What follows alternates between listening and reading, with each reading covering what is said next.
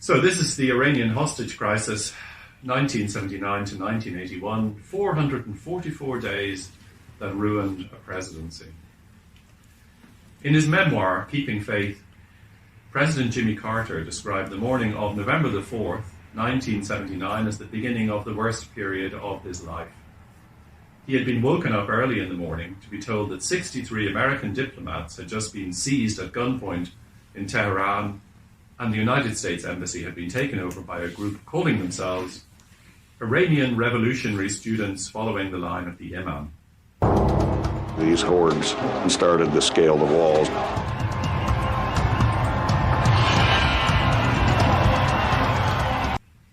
It was yet another twist in a saga that was blamed on Carter. While the buck stopped with him, it stopped, in this instance, very cruelly. Everyone assumed that he was not constantly ill-informed by his diplomatic and intelligence services, and that this was in fact his own misjudgment.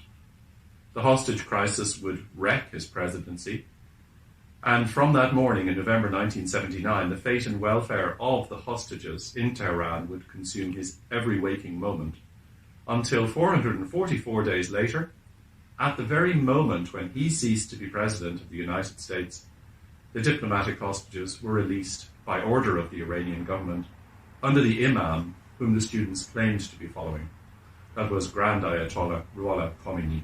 شما می‌بینید که الان مرکز فساد امریکا را جوان‌ها رفتن گرفتن و امریکایی هم که در اونجا بوده گرفتن و اون لانه فساد را به دست آوردن و امریکا هم هیچ غلطی نمی‌تونه بکنه. So this is about President Carter's responsibility for that crisis. What was his role effectively in his own downfall, or what was his lack of his own role in his own downfall? As between countries, diplomatic discourse takes the form of tiny incremental moves. Possibly there may be a larger strategy, but gradual maneuvering may put one nation into a position of strength that others may not gainsay. Or, since the job of diplomats to read these things as to where they're going enables other states to object before things go too far. Even in situations leading to war, you see that, perhaps with miscalculations, often best viewed in hindsight, these enable disaster. One expert in diplomacy likens the behavior of states to a game of chess. It's careful. Each player takes a move on the world stage. It's calculated. There are long-term objects in mind.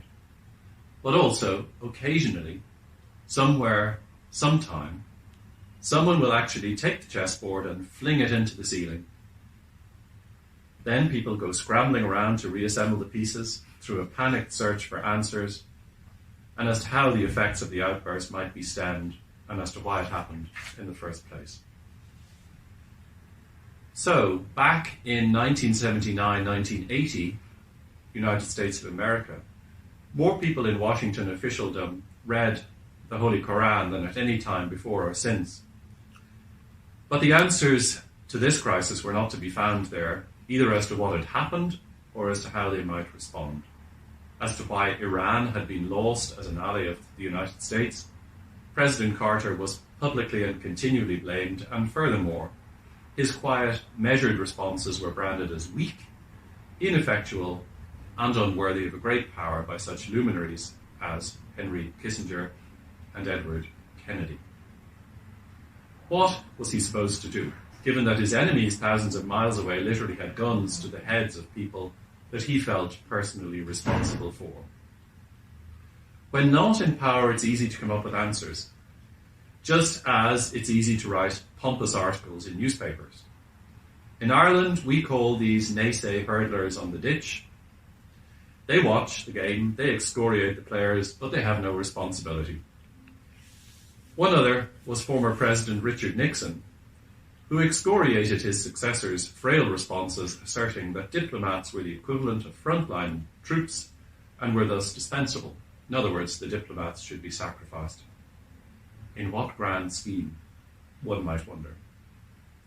If you walk from where I am now, the forecourts, to the Phoenix Park, it will evoke different responses depending upon whether you've lived in the city all your life, whether you're a visitor, or whether you're from outside Ireland. Your own neighbourhood resonates with personal memories.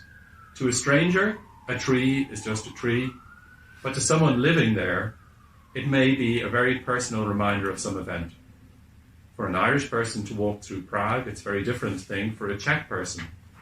When a Czech person sees the church of Cyril and Methodius, he or she will call to mind the siege of May 1942, and he or she will see the high citadel, the Vyšehrad, and remember the heroes of the nation buried there. For a Dubliner, to wander westward from the forecourts, past Church Street, past the atrocities of 1916, past the pub that was once Riley's Fort, and up to the curious park that all of us recognise who are native Irish people, as the place where those summarily executed in 1798 were dumped into a mass grave. So, what's the point of this? Well, the point of this is very simple. If you're a country, you station people in foreign countries in order that the resonances of history, which are the equivalent for international diplomacy of the significance of places and events in personal and national life, may be taken into account when trouble breaks out. More especially, we expect, by being fully informed by a foreign representative, to be able to stop a crisis from happening in the first place. When we don't know, when foreign representatives don't take the trouble to find out and to inform power, such failure risks disaster. And in Iran, talking about the end of the 1970s, that failure by diplomacy was total and complete. It can happen that institutional memory fails. In an institution, people come and go, and they rarely serve in government administration for more than 3 or 4 decades. Few diplomatic staff stay on the same mission for anything close to a lifetime's work. Hence, what was once part of the wiring of foreign governments when a country came into the equation of international diplomacy can fall out of the system just because apparently nothing significant happens. When representatives take on the orthodoxy of a repressive host country, where dissent is hidden or suppressed, it will be even worse. They will only know what the regime chooses to tell them, while beneath them volcanic eruptions silently threaten. So, a brief word about the history of Iran up to 1979. Because Iran exemplified, in fact, the worst of these dangers in what American diplomats forgot and in what they didn't even bother to find out, never mind to know. While royal power is a matter of dispute in Islam, Iran did have a monarchy over a stretch, which made that country one of the oldest civilizations in the world. Seizing power from the last Qajar king in 1921, an army officer, Reza Pahlavi, planned to establish a secular republic along the lines of Turkey under Kemal Ataturk. But his plans were opposed by the clergy and by the merchants of what was a very traditional society. So instead of a republic, he became king. Becoming too close to the Germans in World War II, the British and Russians deposed him and put his son, Mohammad Reza Pahlavi, on the throne as king from late 1941. Iran as a country was important to the Allies because it had huge, and still does have, huge oil deposits, which in Nazi hands could have significantly influenced the war. But the new Shah came to realize that the power and money that oil gave was the key to what he saw as his mission, which was, as he saw it, modernizing the country. After the Yom Kippur War in 1973, the cost of oil shot up, and the Shah was instrumental in doubling the price of oil, leading to massive inflation and economic stagnation all through Europe and all through America. This might be seen by some as Iran showing independence, but the Iranians had been through the revolution of 1953, in which a popular prime minister, Mohammad Mossadegh, had been forced by the Shah to resume his role as a constitutional monarch and had nationalized the Anglo-Iranian Oil Corporation.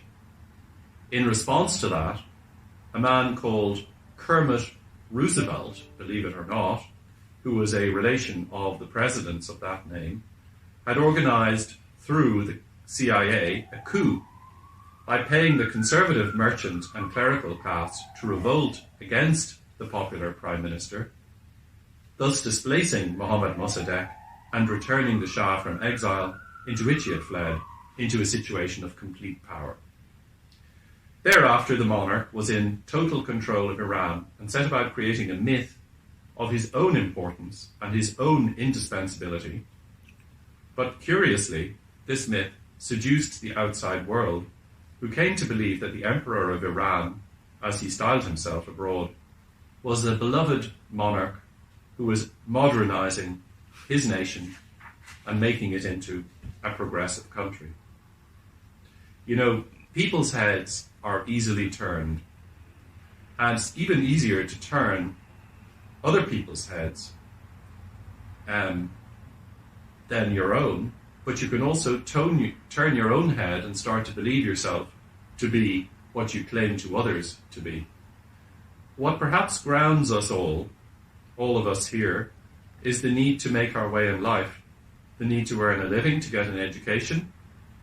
What grounds us is being rejected by the opposite sex, failing in interviews for jobs, losing at sport, and the 1,000 ordinary shocks that our self-regard is unfortunately prone to, and that constitutes basically the job of growing up and raising a family.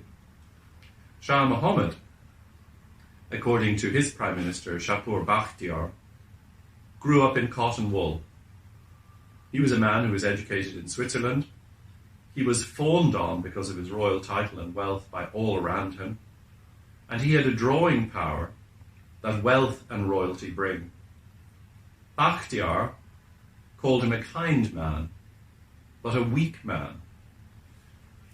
And for someone like him, to give him vast amounts of money and complete power, it was a disaster to his own personality, to the extent that the Shah regarded himself as one of the greatest human beings on the planet, and the others regarded the Shah as having gone completely mad. To preserve his own mystique, he was open to interviews by foreign journalists, to whom he described his own isolation as an absolute monarch. There was no one to whom he might consult, no one with higher intelligence than he moaned, but then he added as an afterthought, but I can always consult God.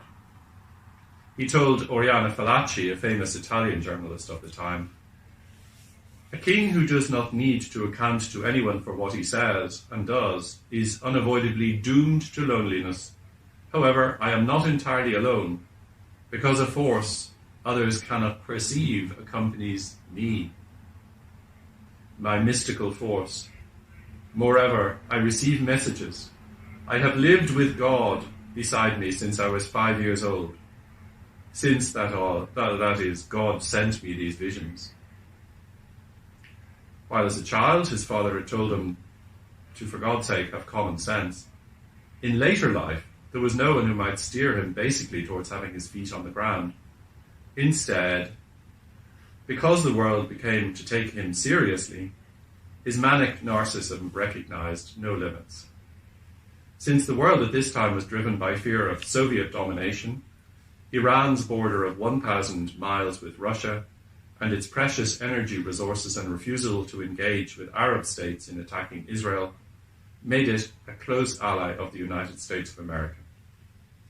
An ally was needed in the Gulf, and Iran was that ally.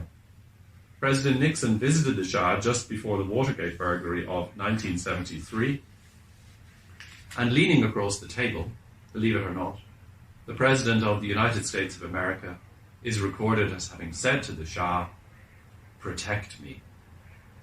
Henry Kissinger, his national security advisor, publicly described the Shah as a world-class strategic thinker. All of this crazed flattery was self-interested, financially to promote arms sales and strategically to protect oil supplies. Iran, with its vast wealth, and the Shah, with a penchant for military power, ordered $9 billion worth of weaponry.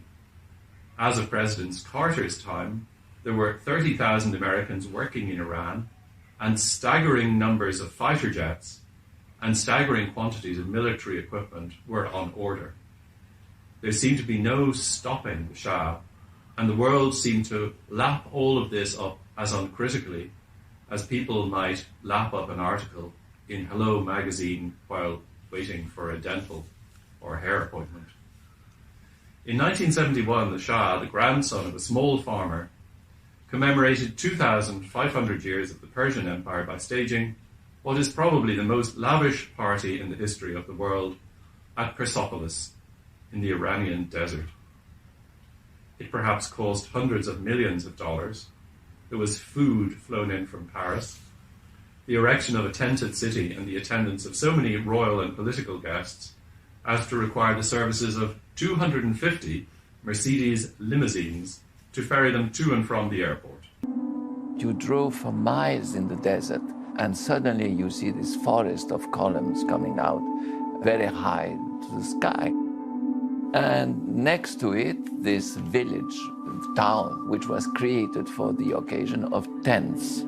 And that was already a fairy tale story. It was a perfect setup for a James Bond plot. It was so extravagant. It was so exclusive. It was the budget from Switzerland for 2 years, which they spent in 2 days. It was big security was everywhere, yes, machine gun on every corner. When you have all the head of states, I mean, yes, so much responsibility. Historically and politically, it's the only time where everyone met. You had the East, the West, the developed countries, the underdeveloped countries, the communist countries, the monarchies. Everyone was there. One of the more curious events over those 3 days of the great party in Persepolis was an address which the Shah of Iran gave at the tomb of Cyrus the Great, an ancient Persian king whom he felt must be his ancestor. But why speak to a body dead for thousands of years? No one seemed to question it. In the course of this bizarre speech, Shah Muhammad called out a litany to the tomb of the dead king, famously finally intoning, "Rest well, Cyrus, we are alert."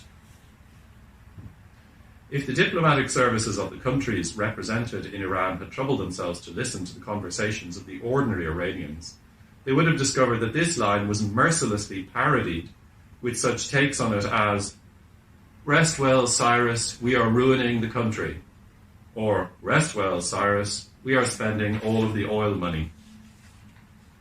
In another land, the expelled Iranian religious leader, the Grand Ayatollah Ruhollah Khomeini, condemned the waste when schools and hospitals were needed and pronounced that foreign dignitaries were nothing but infidels who would soon be in hell. United States diplomats never acknowledged that there was any opposition to the Shah. This was a one-party state with an absolute ruler, and they were perfectly content. They did not want to upset him by engaging with anybody who thought that perhaps he should revert to his legal role under the Iranian constitution as a mere constitutional monarch with very severely limited powers. America saw opponents to the Shah as communists, and indeed there was a Soviet leaning Tudeh party, but there were others, essentially those who wanted to revert to either a liberal democracy with secular laws, but guided by the precepts of Islam, and then there were others who wanted an Islamic republic. And then there was the voice that no one listened to, certainly not the diplomats, because the only people listening were the voices of the people, to whom the diplomats did not listen. That of the exiled Ayatollah, seeking a perfect society, one where he would be the Valiat Efeki, the prophet, philosopher, jurist, capable of overturning every government decision. The position was a minority, but from Najaf, the shrine of Imam Ali, and later from Paris, the Ayatollah sent tape after tape denouncing the Shah. The Ayatollah didn't want, of course, to become a prophet because that was impossible, but he did want to guide through what his interpretation of the message of the final prophet would be the entire government of the country. These audio recordings, which he sent over from Paris, were actually played in mosques throughout Iran, in the countryside, from the top of every minaret. Since modern sound systems were introduced, in fact, the call to prayer is usually played by a tape or an audio recording of some time, and people rarely climb all the way up the stairs to the top of the minaret. But his sermons were played from the top of the minaret over an audio system that reached many, many villages throughout rural Iran. So the people knew when they looked at the Shah that there was an alternative. Here was an old man who had risked his safety in denouncing the Shah as far back as 1963 for granting diplomatic immunity to all American and US servicemen stationed in Iran. There were, by the way, tens of thousands of Americans covered by this immunity, and it really rankled the Iranian people. As of the decade before Carter entered the White House in 1977, some 341 people had been summarily executed in internal Iranian operations. The dead were described by the Shah's hated secret police, Savak, as guerrillas. Who were they, these 341 people executed summarily that particular year, 1977? Were they terrorists? Most were simply disaffected young intellectuals. Their families, of course, their relations missed them desperately, and everyone knew about them and about the torture practiced by Savak. But you'd wonder, did the State Department know this? Did the State Department know about the reaction of the Iranian people to their own government, effectively the government of one man? Over in Tehran, the US ambassador had been recently plucked from the Philippines and put into the environment of this republic where he knew nothing and of which he knew nothing. That environment was one of repression and torture, the Shah doing nothing to rein in his secret police, and even justifying on television breaking a chair over a man's head during interrogation, saying that for crimes against Iran, meaning himself, there was no limit to what his police could do. So what was the reality? The Shah and his family were corrupt, and he was widely hated. This could have been reported to Washington, but no, the ambassador and his coterie did not want to offend the Shah by reaching out to dissident groups or even by gathering information on what their point of view might be. Did nobody know the nature of Iranian society? When in November 1977 the Shah actually visited the United States of America and came to the Rose Garden in Washington, somebody ought to have rumbled to what was going on. At a morning reception on the lawn of the White House, thousands of Iranian students demonstrated just outside the railings and behaved so violently and so loudly that the police had to use tear gas in order to control the crowd. With the smoke drifting through, President Carter, tears streaming from his face, managed not to react, while in the background, the Shah mopped his eyes repeatedly and blew his nose continually. Visiting his ally in 1977 turned into 1978, in other words, through the new year. The President of the United States proposed a toast at a state banquet in Tehran and said to the Shah that he was an island of stability in a turbulent corner of the world, and that his country was peaceful and stable due to the love, he said, of the Iranian people for their king.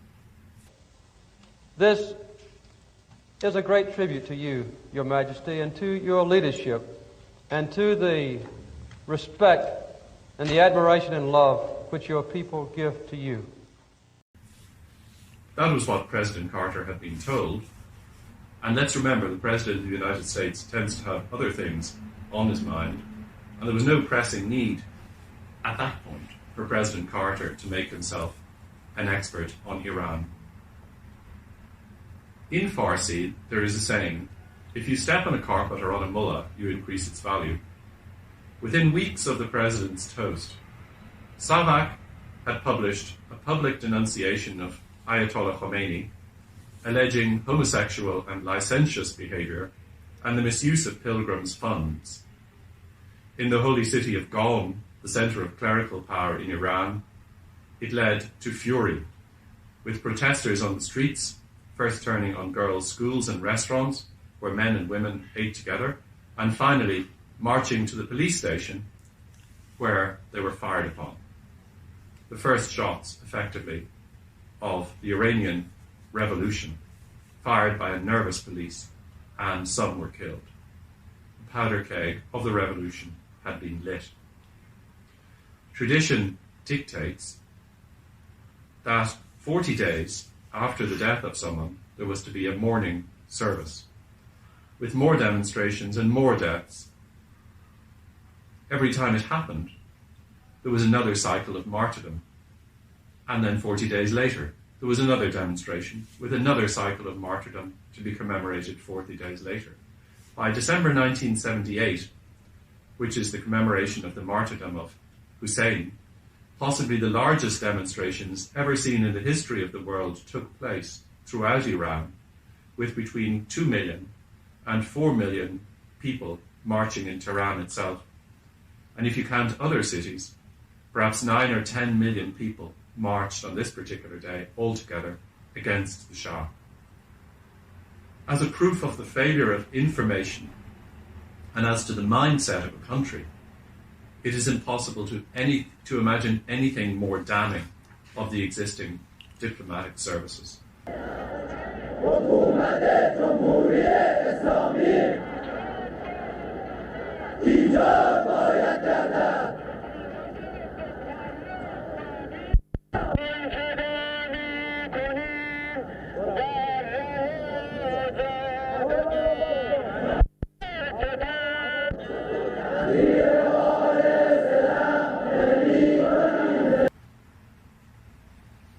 This erupting country, what was it like? Well, it was a nation subject over centuries to invasions. It was surrounded by powerful enemies. It was internally riven by corruption from the Shah's relatives and whatever coterie they chose to protect. It was a place where people were fearful of arbitrary arrest, where there was torture in sadistic prisons, and where the state had experienced 2 revolutions, even in the short space of the Shah's own lifetime. This was the view of one expert on Iran who actually got it right, but whom no one was listening to, a man called Gary Sick, who wrote a wonderful memoir called All Fall Down. This is what he said. The most important factor in the communications short circuit between Iran and Washington was the Iranian penchant for conspiracy theories. In my experience, Iranians assume that a simple, forthright explanation of events is merely camouflage, concealing the devious intricacies of reality. To this is added the conviction that any significant political, economic, or social upheaval must be traceable to the manipulation of external powers. So, events are perceived as neither random nor aimless, rather they must be understood as purposeful and integral to some grand scheme or strategy, however difficult it may be to fathom. That was his view of Iran at the time. People there had had enough, and in late 1978, everyone marched in protest against the Shah. Women in chadors, women in skirts, Democrats, communists, clerics, and those who were simply fed up. They all wanted change. The Shah had appointed a new prime minister. He had little chance. A surer-footed response by the Shah might perhaps have saved the monarchy, but apart from his egomania, he was actually physically extremely ill. American and British diplomats reported him as being tearful and exhausted, but not as ill. One wonders, had the diplomats themselves never been seriously sick? Or had they never had seriously sick relations? What kind of world were they living in? What they described are side effects to anti-cancer medication, and the Shah was indeed suffering from acute lymphoma. In January 1979, he left Iran for good. The people were in a frenzy to catch just a glimpse of the man they revere like a god. They clawed and clambered and ran to see and be near him for 15 miles. and no more than a tiny fraction of the multitude succeeded.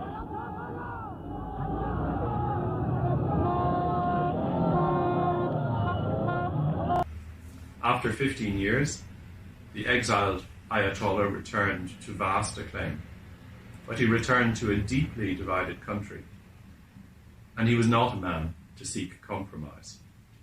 As between various factions, he was the one who had to prevail. In Iran, he replaced the Shah by becoming the dominant figure, because right from the word go, he had opposed the Shah and had not held back on describing him as corrupt, un-Islamic, stupid, and a stooge of foreign powers. On the other side of the Atlantic, there was a president who had come to power in the aftermath of the Watergate scandal. He promised a new energy policy, limitations on arms exports, truth in public office. He promised to make America the breadbasket of the world, and he promised to respect human rights. It was this last promise that convinced the underground movement in Iran that they could mobilize to a degree, and at last there would be a president in the United States who might actually support their protest against the Shah. Carter, as a person, was widely derided, and indeed I remember the time myself as a schoolboy and early in university as being a pious Christian. His apparent indecision, his high voice, he was mocked for all of these. On one occasion, it apparently became a habit that American presidents had to show themselves to be really fit. And he went out running in Washington one day with his Secret Service detachment and collapsed on the pavement. So he was regarded as intellectually, physically, and spiritually weak. And even his famous speech to the American nation on it having lost its way was derided by journalistic and political classes as a president trying to speak like a prophet. Sometimes, however, political leaders perhaps need to do that. People said that he was a peanut farmer. And indeed, he was a peanut farmer. But that's not all he was. He grew lots of crops. He had expanded his family's land holding immensely, opening a large warehousing business at the same time. He had a degree in nuclear physics, and he served as chief engineer of a US nuclear submarine. This was an educated man you're talking about. He had been a successful governor and had basically made a success in life of everything he ever touched. To those who actually knew him in the White House, he could be short, using language familiar to an ex-Navy officer, but even still, people who actually knew Carter described him as having a razor-sharp intelligence behind this folksy manner that he hid behind. His method of dealing with a problem was to study it in such detail that he became an expert in it, and only then would he proceed to a decision. There was no such thing as a half-page memo for him as there was for his successor, President Reagan. His religion was practical and heartfelt. He really did want to establish peace, and, to a degree, he succeeded. Since his time, no progress has been made on the intractable problems of Israel and the Middle East, but he made a lot of progress. In an autobiography of his early years, President Carter's biography called A Full Life, Reflections at 90, published in 1916, he mentions a curious incident where he was a teenager. He was going through a gate on the family farm, and all through his life he had African-American playmates. But as they got to this particular age, just beyond puberty, his friends stood back and let him enter through the gate first. This was the first inkling that President Carter, that Jimmy Carter as a person ever had, that anyone regarded anyone else in terms of religion or skin or ethnic origin as being different to them. A racist or bigoted thought probably never entered President Carter's head. And in his biography of his own presidency, Keeping Faith, published in 1982, his initial thoughts on Ayatollah Khomeini were that while his views he regarded as being nutty, as he scrawled on a copy of a newspaper interview that the Ayatollah had given. Because the Ayatollah, as he saw it, was a man of religion, they therefore should be able to find common ground. Because faith, for President Carter, was something that everybody shared, no matter what their particular view of where faith came from or what their particular view of God was. But in reality, he was deluded because there was absolutely no common ground. As is typical of those of strong views, the Ayatollah had made no secret of his own plans and of his plans for Iran. So, Ayatollah Khomeini had iron views. He perhaps matched Carter for intelligence, and he exceeded him, however, in the manipulation of events. In Paris, he'd announced that Iran would have a secular democracy guided by Islam. But what he did was he put to the people a stark choice: the restoration of the Shah and the monarchy, or an Islamic republic. They voted, of course, for an Islamic republic, thinking that it was the kind of republic that he had announced in Paris. But then everything began to fall apart. All of the various factional forces, the women in miniskirts, the women in skirts, the women in chadors, the intellectuals, the communists, the liberals, the Democrats, the religious people, all of whom had marched among the 9 or 10 million people in Iran to topple the Shah, began to feel that perhaps this was not what they had voted for, this was not perhaps what they wanted. And I think the whole point of the Iranian hostage crisis was to start to reunite the country by the creation of a crisis. In that event, with Iran attacked by almost everyone from outside on the hostage-taking, the country reunited around Ayatollah Khomeini's leadership. There was a personal impression of him given by Carol Jerome, who was a journalist sent to Paris, who investigated an alternative proposed government to the Shah, and in doing so, while the Ayatollah was in exile in Paris, started a relationship with a man called Sadegh Ghozbadeh, who was the foreign minister of Iran under the Ayatollah, but who turned against the Ayatollah and tried to foment a revolution against him. And even though he and the Ayatollah were very, very close personally, the result was that Sadegh Ghozbadeh was taken from his post as foreign minister, was arrested, and was ultimately executed under a revolutionary court. Ayatollah Khomeini, however, got what he wanted by the time he died in 1989. He achieved through force of personality, certainly, but he also achieved it through the execution of opponents and, like the Shah, by establishing a one-party state. All opposition was suppressed. Thousands died. While the American hostages were held in the US Embassy, there were around 1,000 executions in Iran between January 1980 and June 1981. Dissatisfied with the line of new President Abdul Hassan Bani Sadr, who was impeached in June 1981, and a new wave of discovery and execution of opponents, this was unleashed in response. Amnesty International, which I think is a reasonably reliable source, documented 2,946 executions in the 12 months following the fall of Bani Sadr.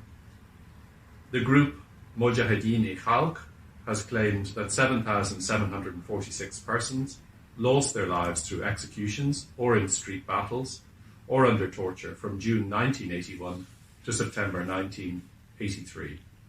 Going further, between June 1981 and June 1985, some 8,000 opponents of the Shah were executed, together with a large number of members of the Baha'i faith. These included a group of teenage girls killed for selling an opposition newspaper. In this, Ayatollah Khomeini could call on the absolutes of what he regarded as his own faith, and that under the new constitution, he alone was entitled to interpret. There had to be refinement, according to him, so that, as with many other utopian schemes, a perfect society would be realized. And as he wrote, a person who seeks perfection in what is there loves absolute and not defective perfection. Defective perfection is limited by nothingness, and innate nature hates nothingness. The seeker of knowledge seeks absolute knowledge and loves absolute power. And the seeker of power seeks absolute power and loves absolute power the way he loves absolute knowledge. End of quote. He called this refinement. ما میخوایم اسلام را چیز بکنیم. اینها از یکی از اینا آمده بود گریه میکرد که چرا بعضی از اینا را میکشن. نه این آخری را. اونایی که آقای خلخالی مثلا میکشتن. اینا باز توجه ندارن که اسلام در این حالی که تربیت است، یک مکتب تربیت است، لکن اون روزی که فهمید قابل تربیت نیست 700 نفرشون را در یک جا در یهود بنی قریظه را در حضور رسول الله میکشن، گردن میزنن به امر رسول الله. Writing of those who would oppose the entry of the clergy, the Maktabi, those with his worldview into politics, he trained these absolutes on those who disagreed with him. As soon as they hear the word Maktabi, the gentlemen poke fun at it. Maktabi means Islamic. To poke fun at it is to poke fun at Islam. If a man does so with conviction, he is an apostate, which means that his wife is no longer his wife, and his property should be given to his heirs, and he should be killed. Since the hostage crisis happened on President Carter's watch and ruined his presidency, what responsibility does he bear for his own downfall? President Carter's national security advisor, Zbigniew Brzezinski, was telling him not to worry about the return of Ayatollah Khomeini or about offering the Shah asylum in the United States. Religious institutions rarely succeed in dominating the political systems of Muslim countries, he said. With America's emphasis on moral as well as material values, and on our commitment to social justice, Zbigniew Brzezinski advised President Carter, the changes in Iran would put the country into a strong position to deepen our dialogue with the Islamic world.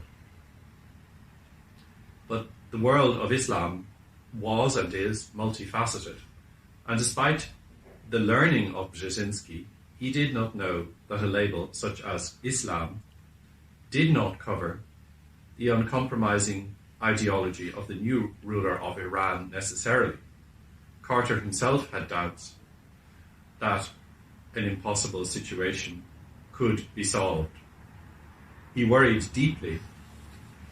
He had known about the 1953 restoration of the Shah by the CIA, but the Iranians, while not merely remembering this, remembered it so that it was part of their own folk memory.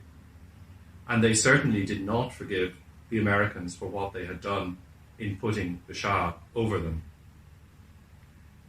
He did not know of the folk memory expressed by Ayatollah Khomeini when the former king was hanging around Egypt upon his forced departure, hoping that something would happen again to bring him back into power as it happened in 1953.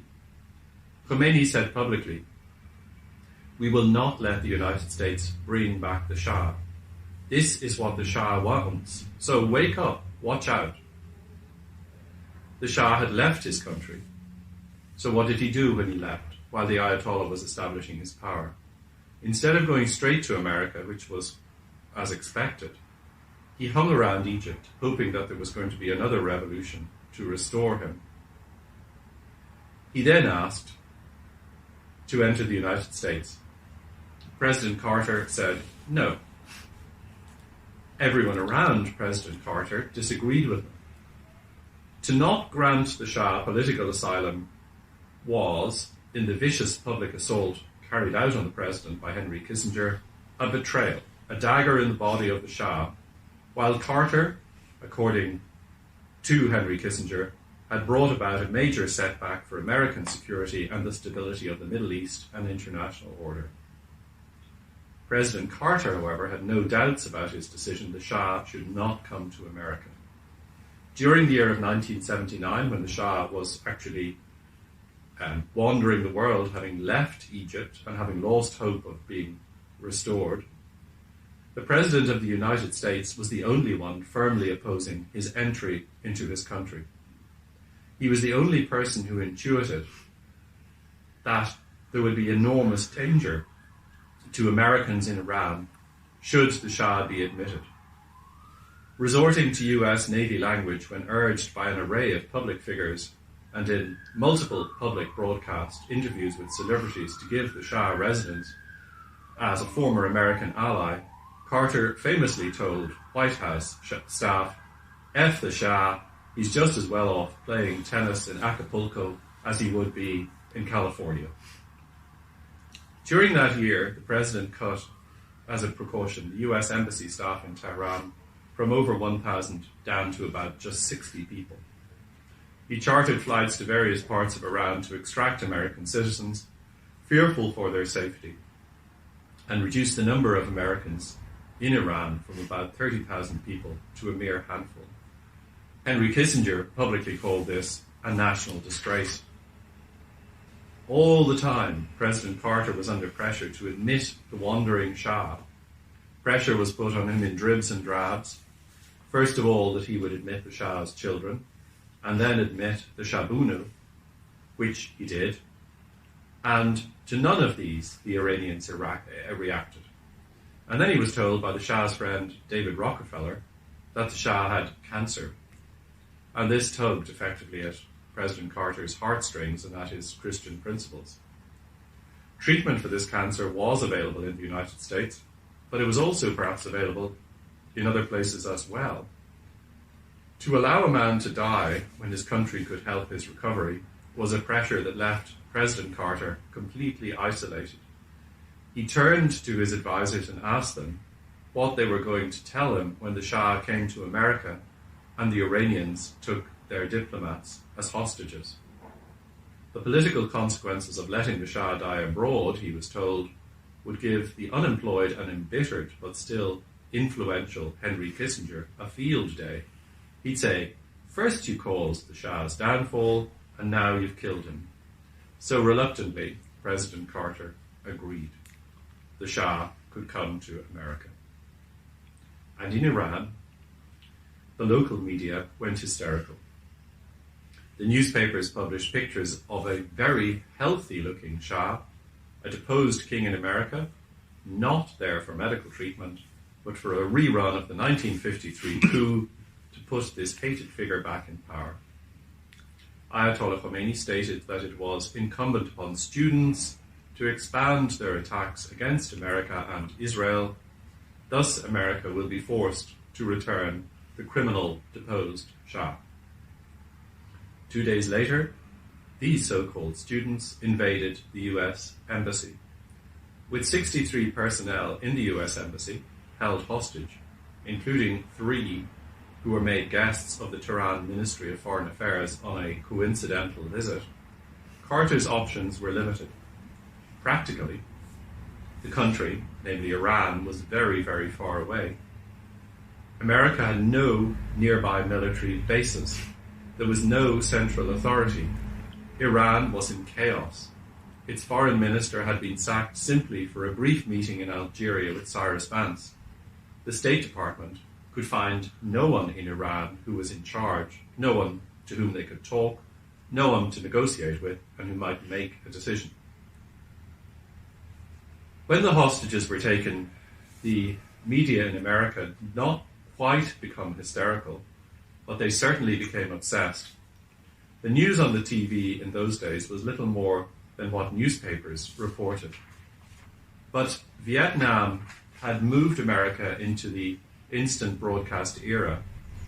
ABC had a news team in Tehran, and every night a man called Roone Aldridge had a program.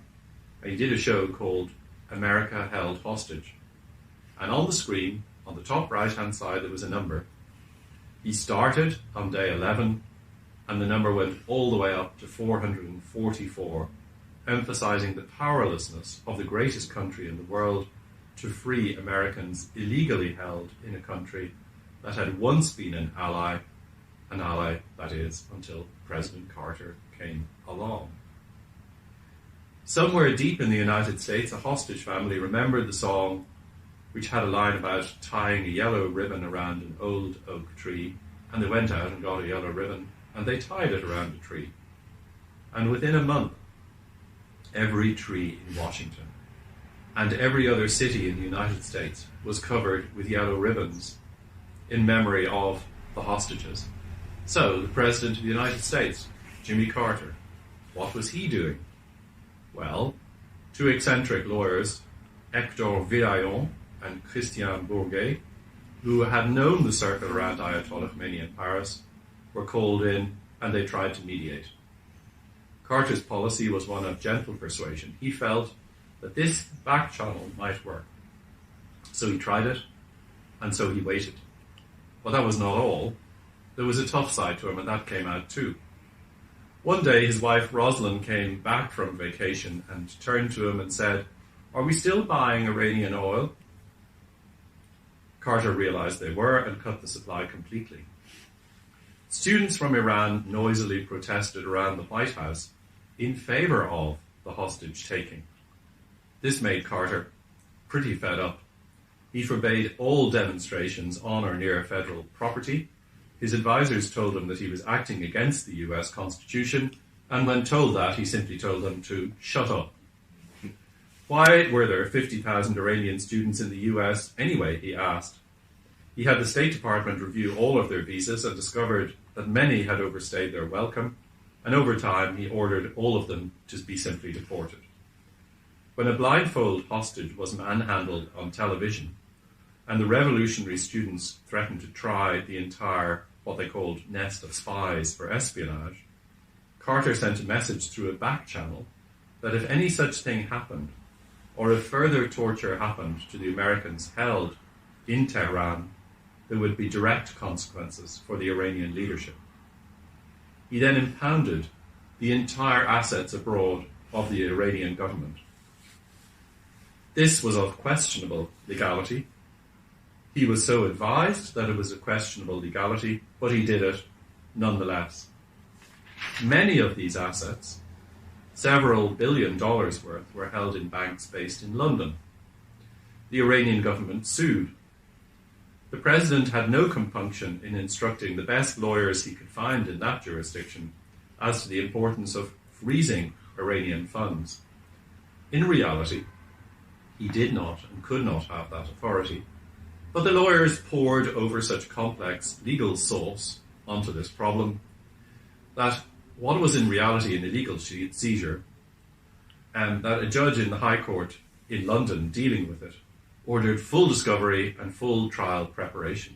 So this guaranteed that the case was going to go on for at least a year before trial and for probably for a considerable time beyond that. So he bought himself time. But nonetheless, America seemed powerless. And whatever Carter did either was not released to the media or was given negative coverage if it was released. And whatever he did was never enough. Negotiation through the French lawyers became known to the press.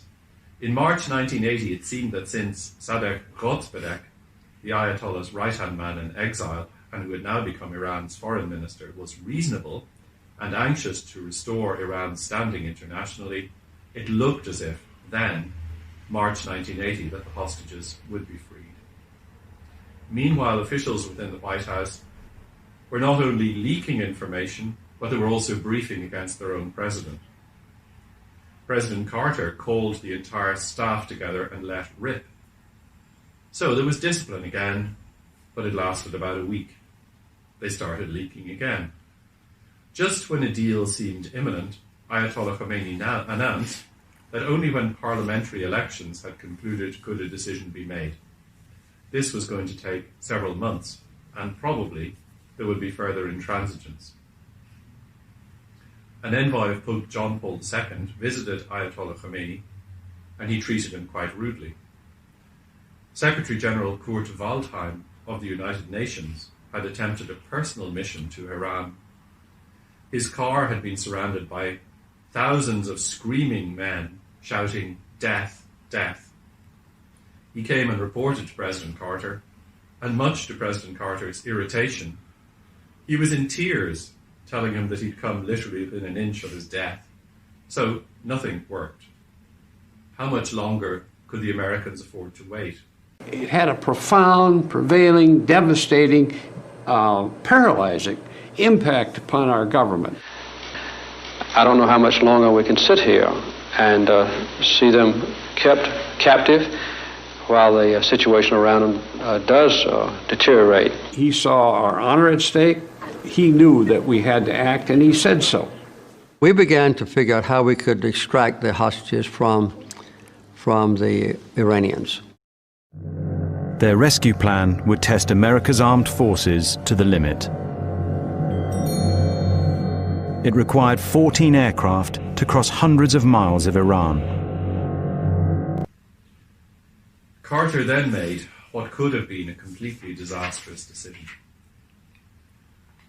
Faced with promises by the military, President Kennedy was skeptical during the Cuban Missiles Crisis as to what the top brass could actually deliver. He was a Navy officer, as was Carter, and President Carter should have had a similar mindset, and probably he did. Probably he was skeptical.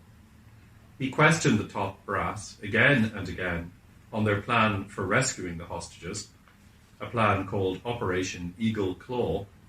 Ever since the failure of that operation, which was in fact tried, Jimmy Carter has been saying that one of his big regrets in life is not sending enough helicopters and personnel on the rescue mission. He apparently still believes that the rescue mission could have succeeded. His Secretary of State, the belligerent Kissinger successor, Cyrus Vance, had the good sense to see that the military rescue operation would not succeed and resigned over the decision to try it. The plan of rescue was a disaster, but as it turned out, it became a minor disaster. It could have started a war, and Cyrus Vance knew this. When it failed in the dust storms in the Iranian desert, this was taken by Ayatollah Khomeini as proof of divine intervention. Perhaps for all our sakes, the intervention was in fact in the other direction. So, Operation Eagle Claw. This called for the deployment of 2 armed firing fortresses to land and take over a military airport near Tehran, and 2 modified C-130 aircraft to land in the desert and to act as a fuel dump so that 8 helicopters could make the Iranian capital. So there was one location, Desert 1. It was 500 miles inside Iran, and flying from Oman as an entry point, where radar was defective. The planes would go in, dump the fuel, they would be there for the helicopters, they would fly in, and because they couldn't fly all the way to Tehran, Iran being a huge country, they would stop there, they would refuel, and they would fly on and go to a location near to Tehran, from which an armed body of men would be taken in lorries, disguised as something else, obviously, into Tehran and free the hostages. The president had hatched this plan on advice from the military with only a couple of advisors. And because of the problem with leaking of which we spoke earlier, he actually couldn't share it with anybody, and nor could the military. So in fact, there was no full dress rehearsal. The planes were so huge and so heavy that a desert location inside Iran had to be chosen, which constituted firm enough ground for them to land. These places were very hard to find. Because the aircraft were flying low, what happened on the mission was that dust storms unexpectedly impeded navigation. On the journey, the rotors of one helicopter's distress lights came on, indicating malfunction of the rotor blades. On arrival at Desert 1, 2 other helicopters malfunctioned. Then along came a bus with 40 Iranian passengers in it and an oil tanker. Only 5 helicopters were left. They were at Desert 1, about 200 miles from Desert 2, close to Tehran, where the 90 troops were to link up with lorries hired by covert operatives and go into Tehran on an overnight journey to free the hostages. This was not enough to lift the troops and the hostages because only 5 helicopters could not bring the 90 men. So President Carter, phoned in the middle of the night from Tehran, was asked what should happen. Rather than risk any lives on what might be a futile mission because of the lack of personnel and equipment, he called the mission off. In the confusion and in the dust storm, what happened was that an aircraft drove into a helicopter, or a helicopter drove into an aircraft. Both burst into flames, and 8 military personnel died, and several more were badly injured. The equipment and the bodies were abandoned. The Iranians took the bodies back to the US Embassy in Tehran, where there was a horrid display deployed by Ayatollah Khalkhali of the charred remains in a gloating exhibition of triumph. This was the ultimate humiliation, and it may be added, it was not acceptable conduct. While even Kissinger congratulated President Carter for trying, this made the United States look not only weak, but the United States, and particularly their leader, seem incompetent. So that was the disaster Operation Eagle Claw, but let's reason through another scenario. The refueling mission succeeds in Desert 1, and the helicopters proceed to Desert 2 with the 90 crack troops on board. Desert 2 was in the hills, 60 miles above Tehran. The plan was that the helicopters were to wait there overnight with the 90 troops transferred to lorries, and then to make a covert entry into Tehran. But listen, this is a city of 3.5 million people in which there were several military bases, all of them obviously heavily armed. Once in Tehran, the troops were to storm the US Embassy, but also the Iranian Foreign Ministry, which was a mile and a half away, to get the other 3 out. Then they had to fight their way from central Tehran to an adjacent football stadium, where helicopters, then stationed in the mountains above Tehran, were to land on the pitch and take them to Manzariya Airport, which was 25 miles away, which meanwhile was supposed to have been assaulted by another force from the United States and taken by US forces while flying fortresses patrolled the skies and took out any interlopers, such as fighter jets. From there, the troops and hostages were to be flown by landing C-130s to safety in Oman. While it's certainly correct that the CIA had operatives in Tehran and had noticed that the revolutionary students had become lax in their security at the embassy and at the Iranian Foreign Ministry, the reality is they were armed to the teeth with machine guns. 3 hostages were at the embassy. Were not at the embassy, but were being kept by Sadek Rozvedek as his guests above the Iranian Foreign Ministry. How could the lorries with 90 armed men have entered this huge city undetected? How could the assault on the US Embassy not have resulted in several of the isolated hostages being perhaps summarily executed? How could this not have alerted the US-trained Iranian military and ultra-well-equipped Air Force? How could they not have reacted and not stormed the embassy and the ministry? With so many elements, how could it have all gone right? With a hornet's nest aroused, how could there not have been a bloodbath, with military and hostages annihilated? The consequences of the failed Desert Storm could have been dreadful if it had got further to Desert 2 and into Tehran and had begun to give a semblance of success. It could have turned into a complete and utter disaster. President Carter, constantly under pressure to take military action against Iran, would have been met by an emotional wave of demands for an all-out assault against Iran. Up to then, he had considered such options as mining Iranian ports or a military takeover of the Abadan region, which is the oil region by ground troops. These at least would have had to happen, but what then? Iran, as you will remember, was well armed and had a huge US-supplied air force. With the Soviets already in Afghanistan and constantly on the lookout for direct or proxy ways to attack US interests, a full-scale war would have then been in the balance. But it didn't happen, principally because Operation Eagle Claw failed at the first landing point. As it turned out, there was a war, but it was a different war. After several more months of stalemate, Iraq invaded Iran in September 1980. Stalemate concerning the borders, a problem dreamt up, I think, in the imagination of Saddam Hussein, something more apparent than real. And even though the Iranians again saw a conspiracy against them led by the Americans, who had nothing whatsoever to do with this decision, and even though the Shah was now dead, they desperately needed money and they needed spare parts for their hundreds of American fighter jets, F-14 Tomcats.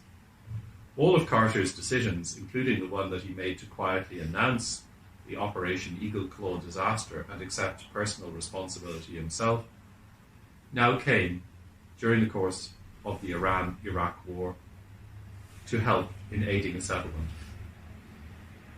While the revolutionary forces in Iran claimed to believe that the Shah had hidden billions of dollars in America, in fact the actual assets of the Iranian government were tangible and accessible by executive decision of the president.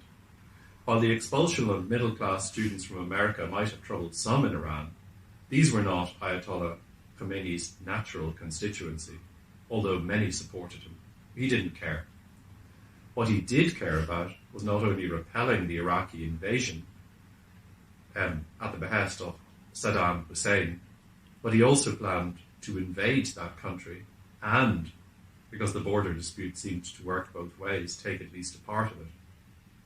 And so hence, a settlement became possible.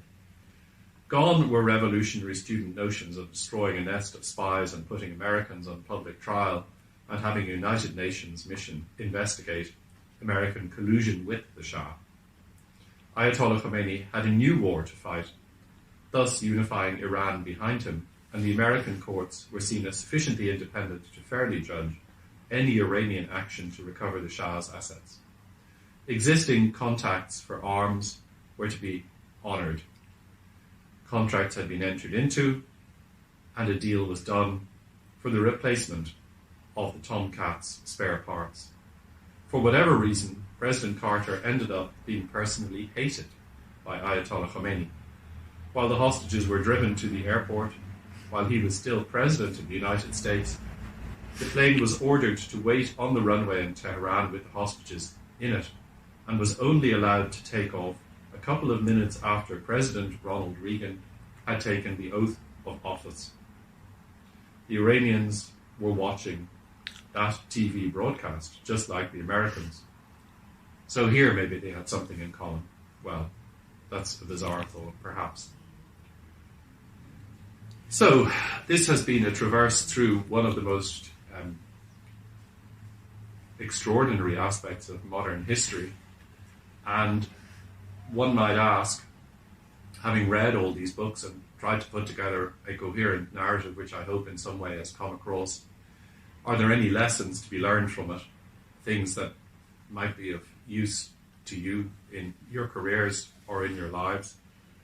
Or simply as an intellectual exercise in trying to think things through and see where we stand? Many people say the dim light of history is as faint as the lamp that's hung on the back of a boat.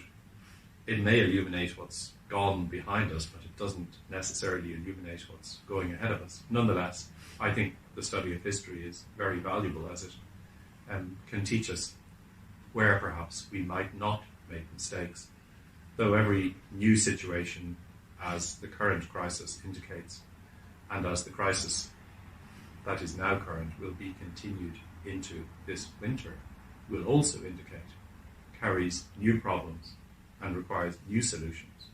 So what does this particular crisis in any event teach us or tell us? Well, first of all, I think it has nothing whatsoever to do with religion. And it's very easy to be prejudiced, and bigotry is always wrong. This was not a conflict of religion, but it was a conflict of power.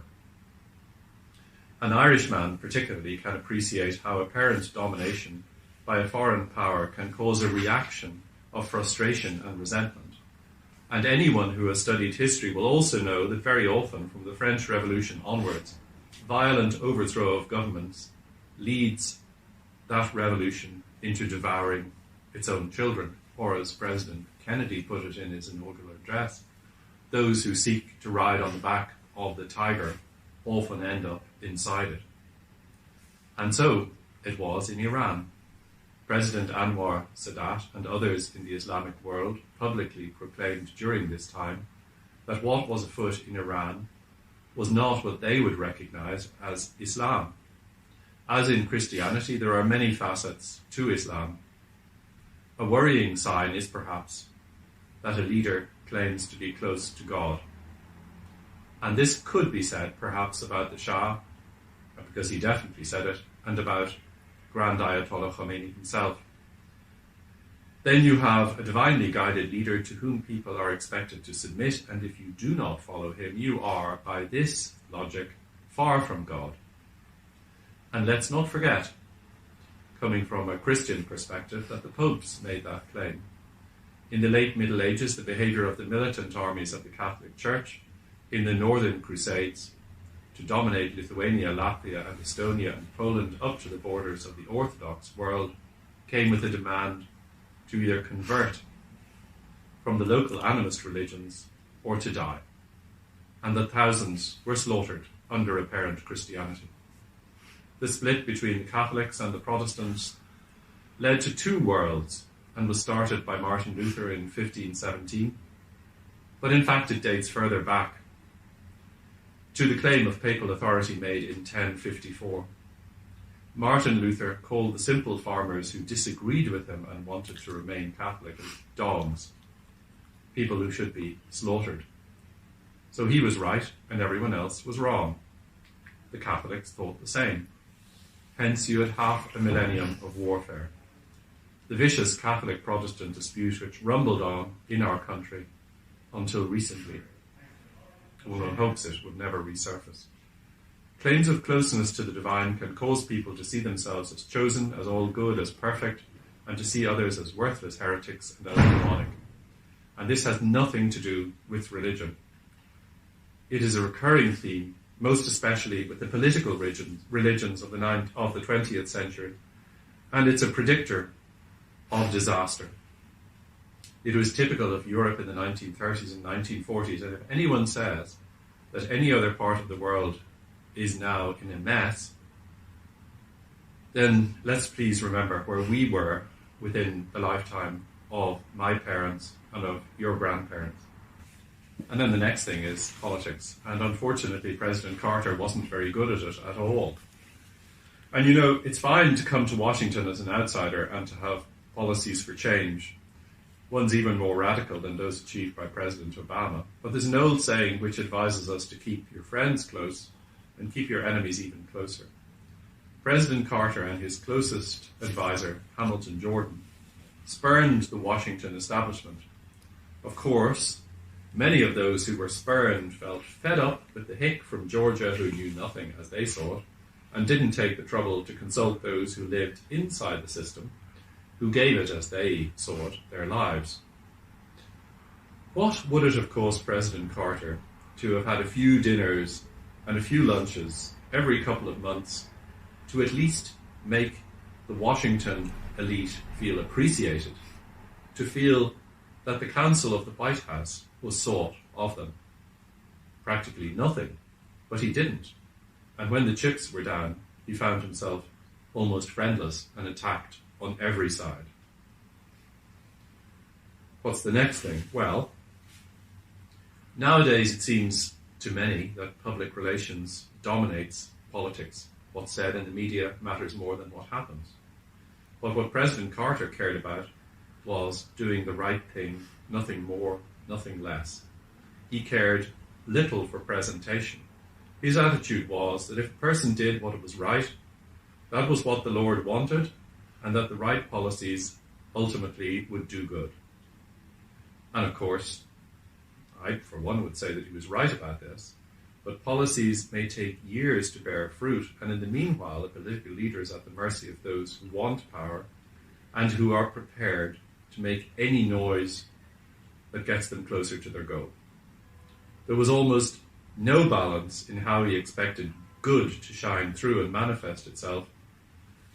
And the duty of political life, after all, is to engage with people. Back then, as in this crisis, people didn't fully know what he was doing. He was engaged in quiet diplomacy, and quiet diplomacy may have yielded results. But being President of the United States may be a bit like minding mice at a crossroads. What you say privately becomes public. What needs quiet presentation and preparation can be prematurely leaked and taken up entirely the wrong way. An instance of this was where the President secretly sent former Attorney General to Iran, a man who was known to be actually sympathetic to the opposition in Iran during the reign of the Shah, sending him on this secret mission in the hope that the Ayatollah Khomeini would receive him. But you know what happened?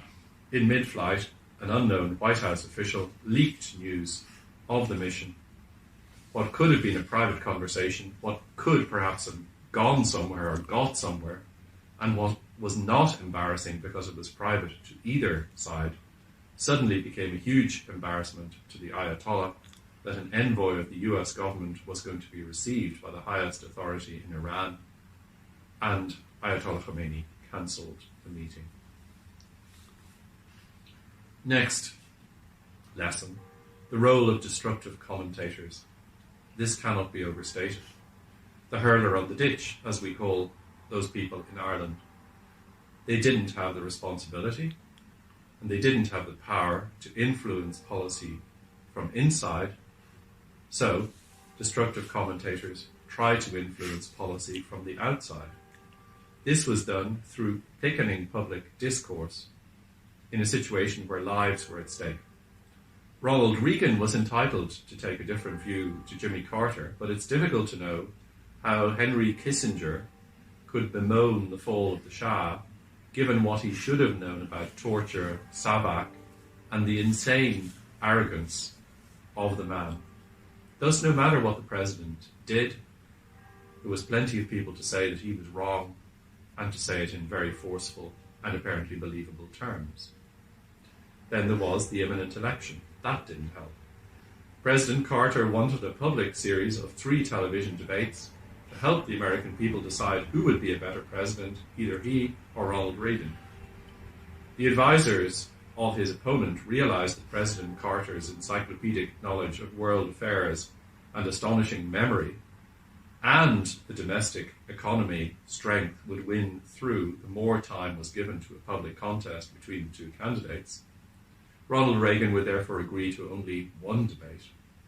There he contented himself with generalities, and on foreign relations, to quote one of President Carter's own books, he took the attitude of, "Shucks, I'm a grandfather and I want world peace." By then, the American people were absolutely and completely fed up with their incumbent. It was a sad misjudgment, but the people did not know what we know now. Nor did they know what was to come either in Iran or in the United States, and that pious declarations by his opponent about never dealing with Iran would dissolve with the Iran-Contra arms deal. It's easy to be noble outside of power, but when you're in power, then pragmatism will make its own demands. So, to sum up, in the end, Jimmy Carter would lose the election, and that became obvious. Here in Ireland, his charming mother, known as Miss Lily, seemed to be a frequent visitor during her son's presidency. And over here, her kindness, her determination and common sense won the affection of literally everybody. Asked towards the end of 1980, what would she advise her son to do should he be defeated by Ronald Reagan, she said, "Well, I'd tell him that the lawn sure needs mowing." There you go. And so she did. And so he did mow the lawn. But since President Carter lost office in 1981, he did a lot more than mowing the lawn. And by your fruits shall you know. So I look forward, you having heard this lecture, to maybe answering questions or discussing this. And thank you for listening for a very long time, much longer than I thought.